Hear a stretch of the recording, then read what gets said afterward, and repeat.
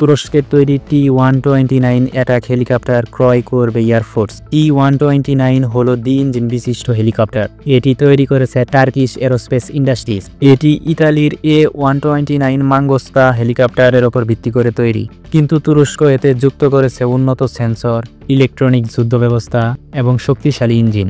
এর ইঞ্জিন উৎপাদন করে যুক্তরাষ্ট্রের হানিওয়েল কর্পোরেশন।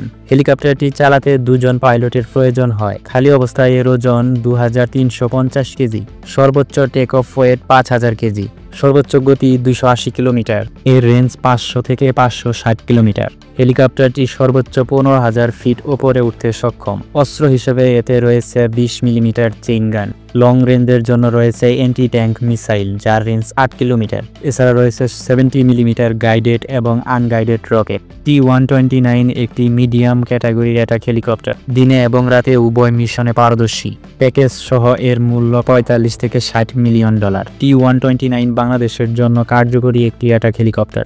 বাংলাদেশ প্রথম অবস্থায় 6টি ক্রয় করবে এবং ধীরে ধীরে এর সংখ্যা বৃদ্ধি পাবে। নিয়মিত ভিডিও পেতে চ্যানেলটি সাবস্ক্রাইব করে সাথে থাকুন।